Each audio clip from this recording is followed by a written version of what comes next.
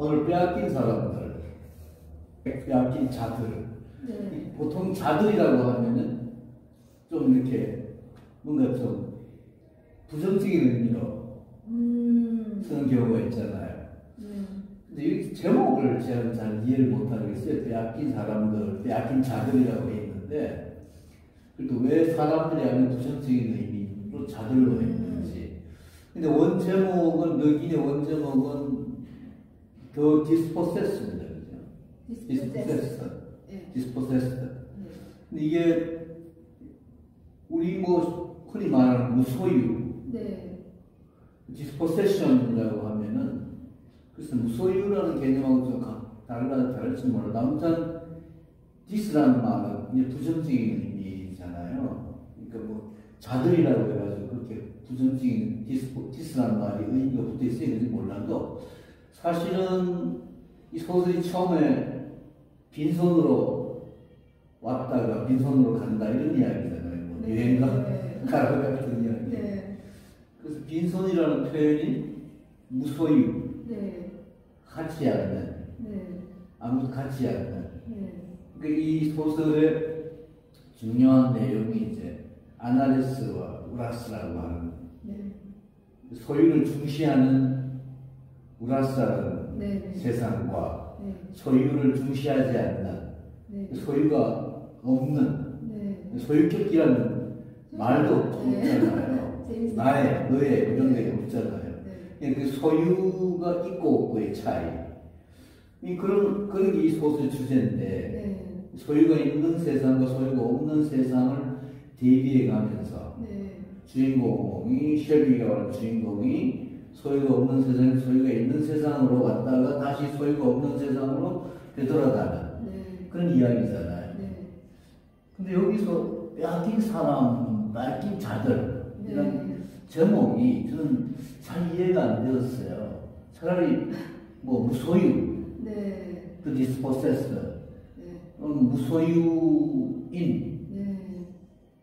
뭐 소유하지 않는 사람들, 소유가 무관한 사람들, 소유로부터 벗어난 사람들, 이런 의미라고 생각이 되었기 때문에 저는 오다가 그 생각하면서 왔거든요. 빼앗긴 자들이라고 하는 번역이 잘 저는 이해가 안 됐어요. 이 사람 굉장히 생각을 많이 했을 텐데 그렇죠? 이렇게 있지?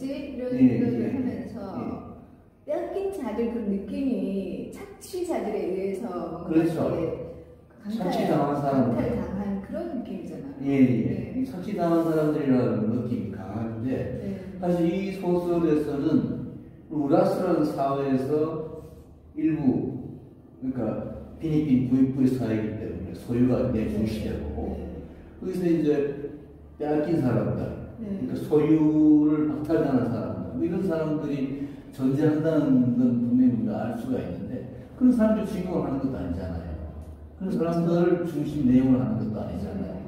소유라고 하는 것에 대한 사고, 일종의 사고 실현이라고 그럴까요? 인간이 과연 소유해야 되느냐, 소유하지 말아야 되느냐. 거의 뭐 에리 프롬이 말하는 소유냐, 존재냐. 우리 다음에 이야기를 하겠습니다만, 그러니까 소유가 중시되는 우라스란 사회와 소유가 아닌 존재가 중시되는 아나레스란 사회를 대비해 가면서 주인공이 아나레스에 살다가 우라스에 왔다가 다시 아나레스 돌아가는 이렇게 이제 무소유의 사회에서 소유의 사회가 어떤 것인지 보러 갔다가 다시 그 실망을 하고 무소유 사회로 돌아가는 거 아니에요. 그 디스포세스라고 하는 건 무소유를 주제로 하고 무소유라는 의미, 디스라는 건 뭐 비 이런 뜻이잖아요. 부정적이잖아요. 부정적인 의미라는 거. 소유하지 않는 또는 뭐 소유되지 않는 이런 의미라고 생각되는데 번역 제목에서도 조금 좀 이상하다고 생각해요. 저는 그걸 좀 확인해봐. 오늘 아침에 제가 막 이거 다 읽으라고 그거 확인 못하고 오면서 차에 오면서 계속 생각하면서 그걸 좀 확인해야 될 테니까 생각했는데 아마 번역한 사람은 이렇게 생각했을 수도 있을 것 같아요. 그 아나레스 사람들도 사실 알고 보면은 빼앗겼다. 그런 의미요. 자기들이 자발적으로 물소유가 된 것 같지만 알고 보면은 거기도 누가 이렇게 또 중간 그 지배자가 있다는 식의 이야기. 그런 느낌이 계속 있잖아요. 예, 그럼 뭘 빼앗겠다는 겁니까? 자유? 뭐 선택의 권리랄까? 권리. 아니면 이제 사실은 소유가 없는 거잖아요, 이 사람들의 삶은. 그렇죠. 네. 그러니까 누군가 이제 그런 그러니까 중앙 집권적인 권력이 없는 것 같지만 사실은 또 있다는 그 암시가 계속되어 있죠. 그렇죠. 근데 거기서 뭘 빼앗겠다는 거죠? 소유를 빼앗긴 거죠. 그래서 소유가 빼앗겨. 거기는 소유가 없는 사회인데. 그러니까 더 큰 것을 계획하고 결정하고 선택할 수 있는 사람들이 또 이제 그 너머에 있으니까 그런 사람들에게 또 빼앗겼다고 볼 수 있지 않을까요? 빼앗겼다. 하여튼 그 제목에 대한 시비는 그 정도로 하고요. 네. 또 하나 문제는 제목이 소설에 부제가 있어요. ambiguous utopia라고 하는. 재밌다. 모호한, 애매한 네. 유토피아라고 하는 부제가 붙어 있는데 네. 원래의 소설은 네. 이 소설 지금 번역에는 그 말이 전혀 나와 있지 않아요. 그래서 이상하다는 생각을 했습니다. 이게 한국적 정서에 맞춰서 제목을 뽑은 게 아닐까? 근데 그건 사실은 이 모호한 유토피아라는 말이 굉장히 이 소설의 내용을 집약적으로 보여주는 말이거든요. 사실 제 생각에는 오히려 차라리 무소유라는 걸 우리 다 알잖아요. 무소유라고 하고 무소유라고 하지만 애매한 그러한 의미를 유토피아, 애매한 유토피아, ambiguous utopia라는 부제를 붙여주는 것이 옳을 텐데 왜 역자나 번역한 공기인이나 출판사에서 왜 이런 부제 중요한 본질적인 내용을 하는 부제를 빼버리지 난 이해가 안 되고 이 소설이 말하고자 한 게 정말 애매한 유토피아. 그렇죠. 애매한 유토피아죠. 예. 그리고 소설의 첫 페이지에 보면 이 벽 이야기가 나오잖아요. 벽이 있었다. 라는 식으로 시작이 되잖아요. 그러니까 이제 우라스와 아나레스라는 사회의 사이에 있는 벽 또는 이 벽이라는 게 두 사회의 벽이기도 하지만 이 소설에 여러 가지 벽이 나와요. 그 벽에 대한 묘사가 나오는데 이 벽에 대한 묘사에서도 애매한 애매한 벽이라 할까 그 벽도 애매하다는 식으로 이제 첫 페이지에 소개 나오는데 그 말도 생략이 돼 있어요. 그래서 애매하다는 말, ambiguous한 말이 사실 저는 이 소설의 핵심적인 왜냐하면 이 소설에 우리가 좀 더 이따 내용을 이야기하겠습니다만 이 세상에는 완벽한 유토피아도 없고 또 완벽한 디스토피아도 없다. 우리가 어떤 유토피아를 향해서 꿈을 꾸기도 하고 나아가지만 또 그걸 추구하지만 그것이 항상 그것이 완벽한 이상이라고 볼 수는 없다. 항상 변한다. 그러니까 이 우라스에 살던 사람들이 오도란 사람이죠. 한 170년 전에 그러면 200년 전에 이 우라스라는 사회에서 세상에서 나름대로 우라스와 반대되는 그러니까 소유가 중시되는 우라스에서 벗어나 소유하지 않는 무소유의 세상을 유토피아를 주장을 했죠. 이 사람은 직접 아나레스에 가지 못했지만 우라스의 사람들이 이런 그러니까 그런 소유 없는 세상, 무소유의 세상을 창조하고자 하는 사람들이 자꾸 생겨나니까 오도니안이라고 하죠. 유토피아인 거예요. 이 사람들을 차라리 너 그러면 나로 떨어져 달로 가더라. 해서 꼭 달이라고 명시적으로 나오지 않지만 지구에서 멀리 떨어진 달로 보내는 거죠. 옛날 미래 이야기니까 가능한 이야기인데 그래서 달에서 이제 달과 같은 또 다른 행성에서 우라스와 별도의 그 아나레스라는 세상을 새로 만든 거죠. 그래서 그 상상이 너무 재밌는 것 같아요. 재밌죠.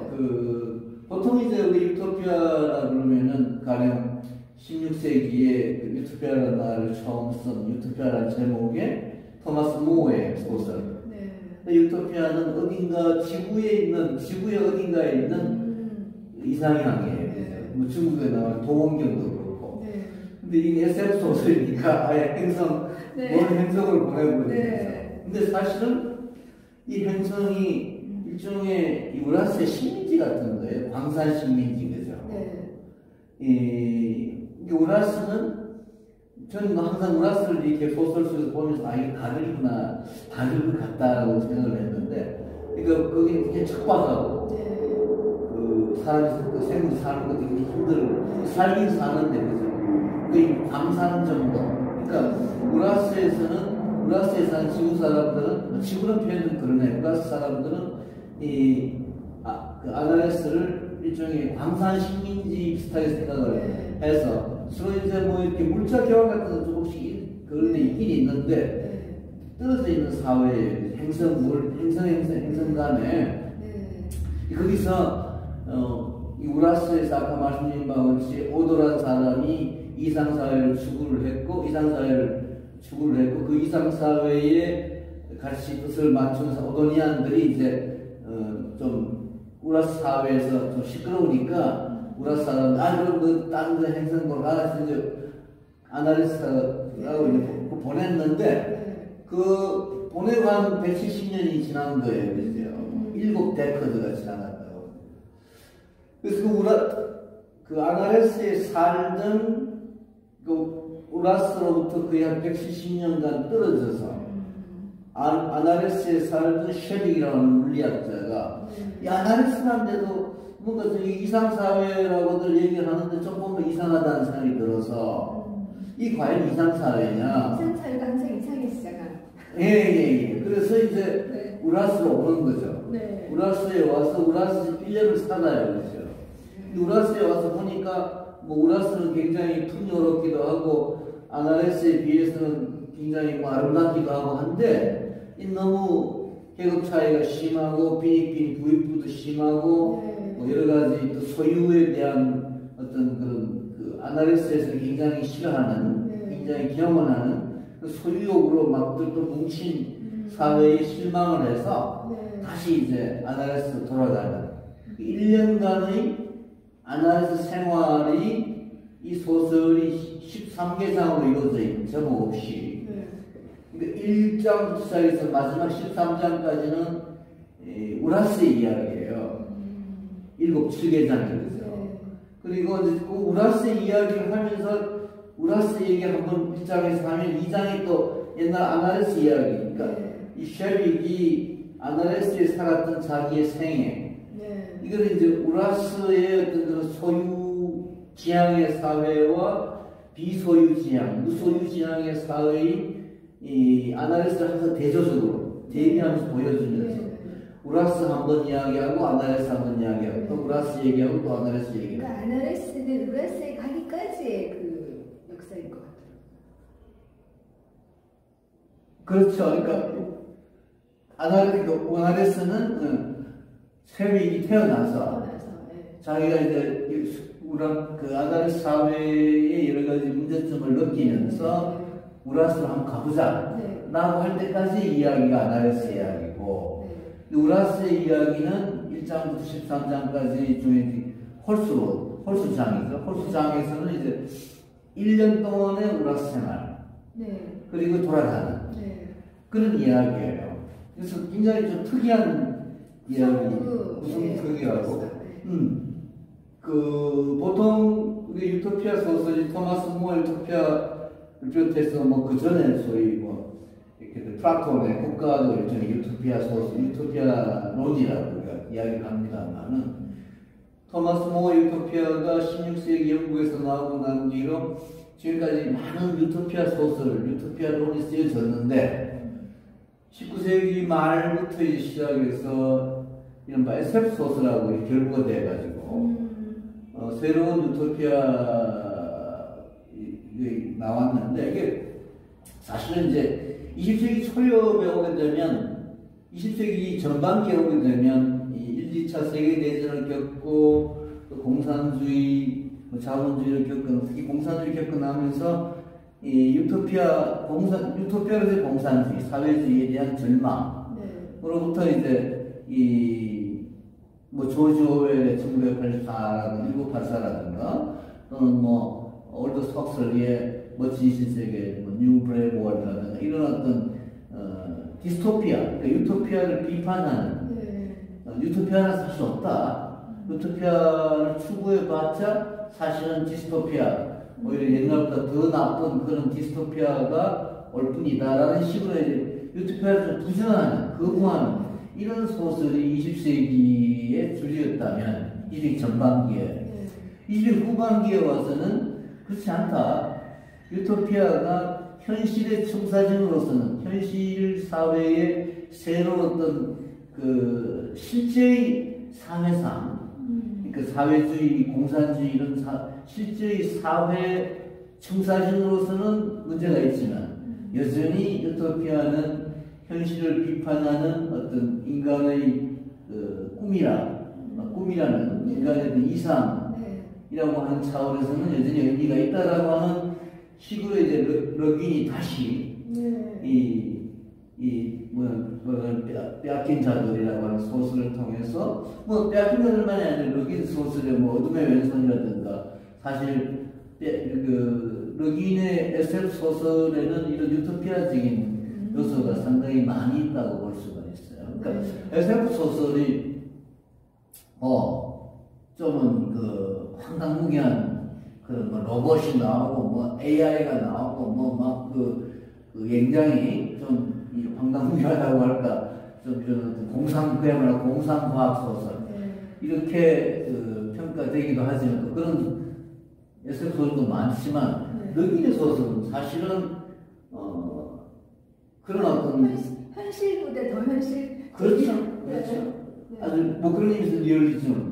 그런 의미에서 리얼리즘. 리얼리즘 소설보다 더 리얼리즘 살아있는. 그런 소설이라고 할 수가 있을 것 같아요. 내용은 그 구조는 그렇고 소설 내용은 주로 그러니까 아까 예를 들어 말 같은 경우에 그러죠. 나의 무엇, 너의 무엇이라고 하는 소유격이요. 이거 없다시피 하는 그 무소유 사회.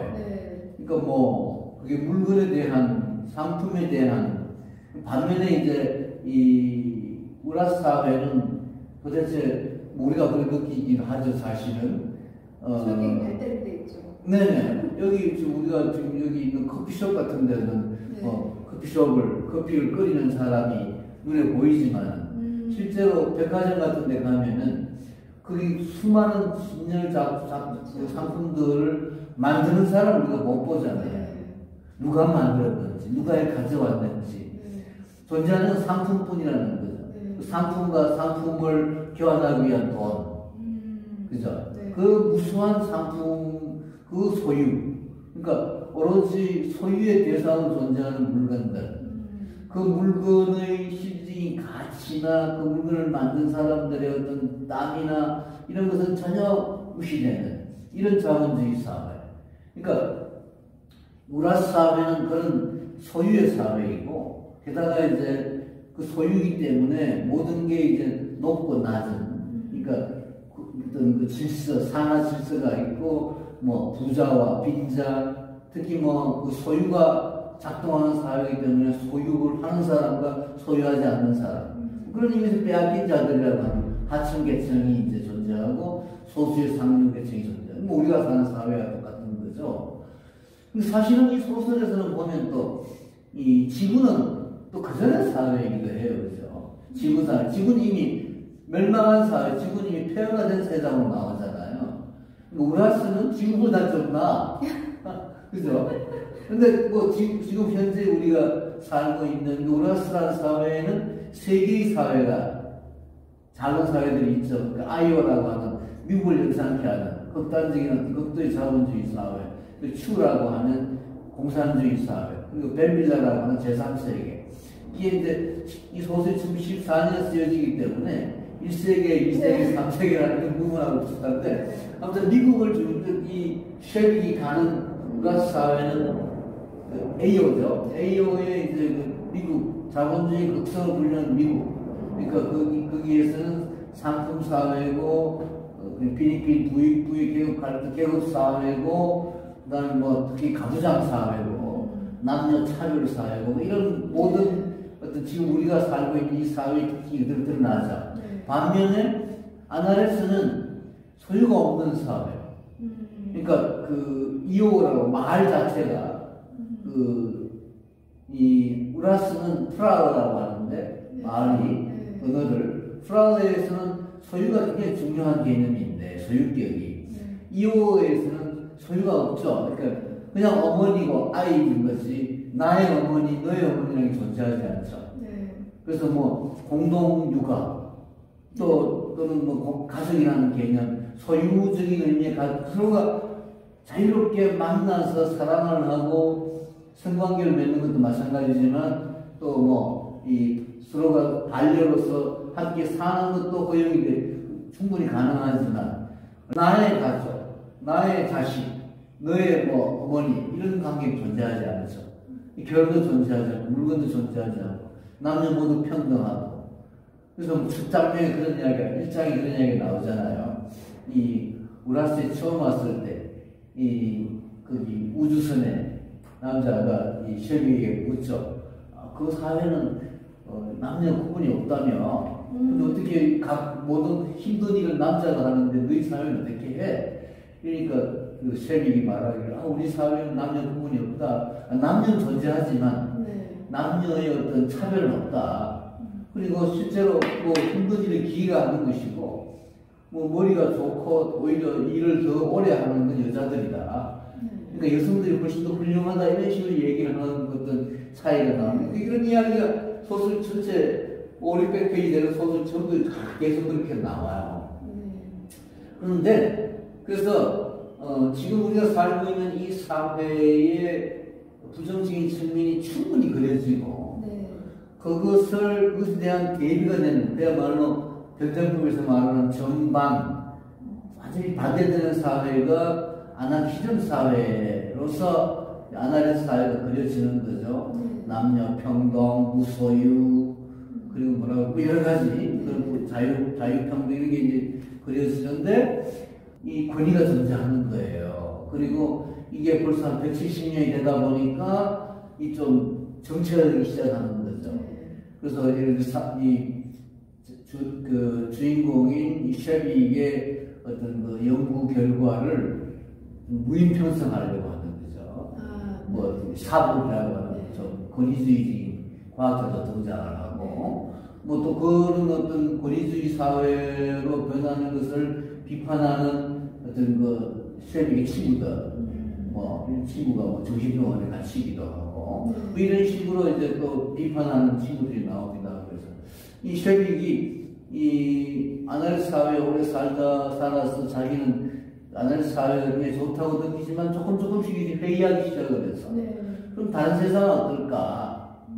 특히 자기를 또 이 자기 논문을 높이 평가하는 어떤 그 과학자가 있는 세상 우라스에서 그런 연락이 오죠. 한번 와봐라. 우라스 사람들은 이제 쉐빅을 이용하려고 한 건데 쉐빅으로서는 자기의 연구 결과를 인정을 받으니까 가보고 싶은 생각이 들고 또 이 우라스에 있는 비밀 지하단체에서도 쉐빅이 연락이 오는 거예요.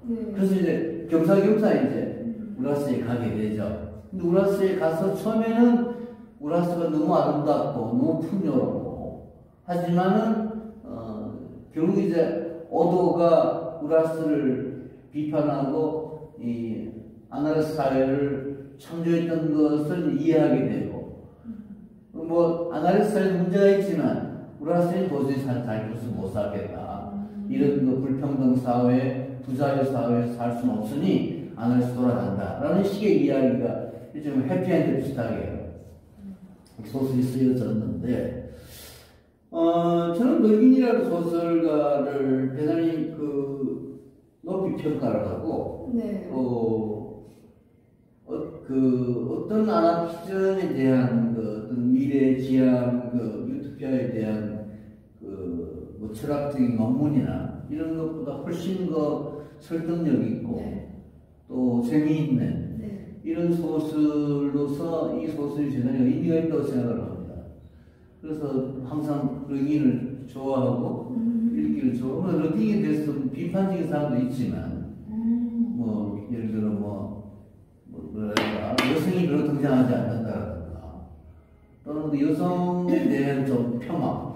여기 여성 작가임에도 불구하고 모두가 여성이잖아. 모두가 여성인데, 그렇죠? 네. 그런데 모두에 대한 묘사는 많지 않죠. 주인공도 쉘이 남자고, 네. 또 소설에 이렇게 여성이 등장하긴 하지만 남성들이 많아요. 남성이 더 중요한 인물들이죠. 그런 점에서 그런가 페미니즘 치고는 좀 별로 뭐랄까 강한 그런 페미니즘을 표현 안 하기 때문에 그런가. 뭐 얼치기 페미니스트라고 욕하는 사람도 있고. 한데 저는 그렇게 생각하지 않아요. 아무튼 빼앗긴 자들 이라는 작품은 저한테는 굉장히 감동 깊은 재미있는 소설이었어요. 선생님 어떻게 읽으셨는데요? 뭐 저도 너무 재미는 있더라고요. 수인이 추천하신 책 다 재미가 있는 것 같아요. 예. 네, 저 같으면 절대 안 읽었을. 예. 그러니까 이제 일단 SF고 뭐 이러니까 좀 약간 습관이 안 돼 있는데, 근데 읽으면서 이게 너무 또 막 빠져들게 되더라고요. 너무 재밌어가지고. 예. 그러니까 결국은 이제 류긴도 미국 사람이고, 네. 그래서 이렇게 자본주의 사회에서 이렇게 겪게 되는 어떤 모순과 그다음에 거기서 꿈꾸게 되는 어떤 이상적인 상태, 그러니까 중심은 자본주의 사회에서 이렇게 두고 거기서 이제 파생될 수 있는 상상력을 최대한 이렇게 발휘한 것 같더라고요. 그러니까 사실은 우리도 다 한 번쯤은 이제 그런 생각을 해본 그런 문제들이죠. 문제들을 다루고 있으니까 이게 사람들이 읽어서 이해가 되는 것 같아요. 그렇죠. 한 번도 생각해보지 않은 건 이해할 수가 없죠. 맞습니다. 예. 이거 보면 누구나 약간 그렇게 생각할 수 있지 않을까 싶어요. 나도 아나키스트인가? 뭐 이런 생각이. 이건 자기가 평소에 꿈꾸던 그런 사람들이 그 아나키즘이라는 그 카테고리 안에서 다 이렇게 발견이 되는 것 같아요. 예. 그래서 이제 그런 사람들을 모아놨을 때 그러면 또 어떤 일이 생기는가. 그걸 상상해 봤다는 것이 재밌는 이야기. 네, 재밌는 얘기고, 이제 거기 보면 아까 이제 무슨 언어에 대해서 말씀하시는 분들이 또 뭐 일과 놀이, 그 언어라는 것으로 이제 아나레스라는 사회의 특성을 이렇게 표현하는 그런 것도 좀 재미있더라고요. 일과 놀이가 같은 단어라고 하잖아요. 그렇죠, 맞습니다. 네. 예. 이제 이쪽 자본주의 사회에서 그게 너무 분리된 게 이제 문제라고 생각하니까 뭐 그런 거라던가 여러 가지 좀 사회주의적인 이상 그런 게 이제 사실은 거기 다 좀 녹아 있는 것 같기도 하고 여기 결여되어 있는 것들을 상당히 많이 실현을 시켰는데 근데 전반적으로는 아나레스라는 사회가 어떻게 느껴지냐 하면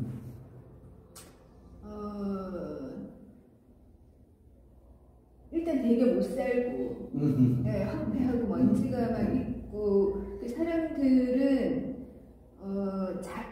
그러니까 자유롭고 자기가 선택할 수 있고 자발적 의지를 가지고 산다는 그런 믿음도 있고 그런 것들이 이상으로서 존재하지. 그러니까 현실에서는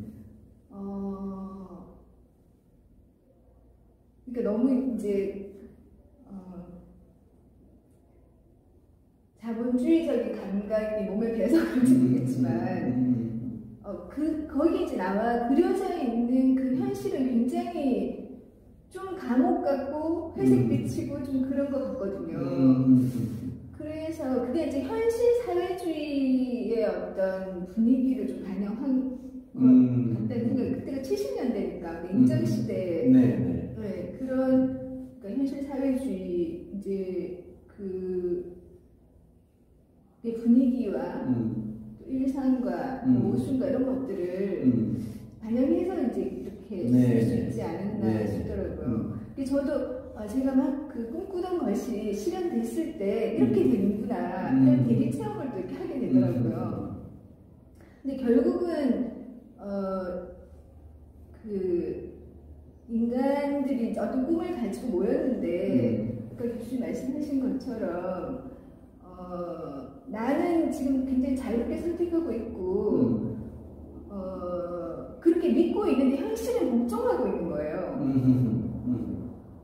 현실적으로는 자기가 아무것도 선택할 수 없고 그런데 나는 자발적으로 지금 일하고 있고 선택할 수 있다는 그런 믿음 안에서 그냥 현실을 인지하고 있는 건데 점점 이제 그 자발성을 빼앗기고 있는 거잖아요. 그래서 주제는 그런 거죠. 영원한 혁명의 필요성. 아나키즘 사회가 이제 건설됐다고 하더라도 이것이 시간이 지나면서 또 권위주의화되고 중앙집권화되고 이런 것은 이제 사람들이 계속 이제 그 태어나고 이렇게 역사가 이어지면서 이건 불가피하다. 그래서 그런 것을 이제 오도주의에서는 계속 교육을 시켜야 된다고 하지만 교육을 점점 안 하다 보니까 사람들의 본성이 이제 더 많이 나와서 자기가 권력을 잡고 지배하려고 하고 소유하려고 하고 착취하려고 하고 비판했던 모든 현상들이 다 나타나는 거예요. 그래서 선생님 우리가 지금 마이크 없이 하고 있네. 어머나. 일단 지금 마이크를 좀 끄집어내요. 그럴까요? 아나키스트는 영원히 이제 혁명하는 존재다. 네, 아나키즘 사회에서도 또 아나키스트가 되는 거죠. 그렇죠.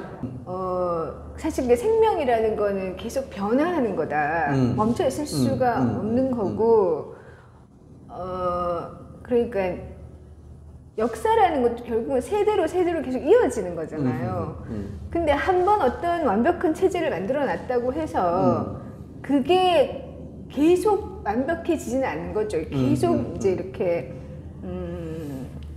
변화를 시키고 새로운 사람들에게 맞게 이렇게 계속 해나가는 것이 좀 더 그러니까 진정한 아나키스트적인 삶이라는 그런 주제로 마무리를 하면서 마지막에 이제 그 쉐백이 다시 빈손으로 아나레스로 돌아가는 것으로 이렇게 마무리한 걸 봐서 르빈이 아나키즘 사회에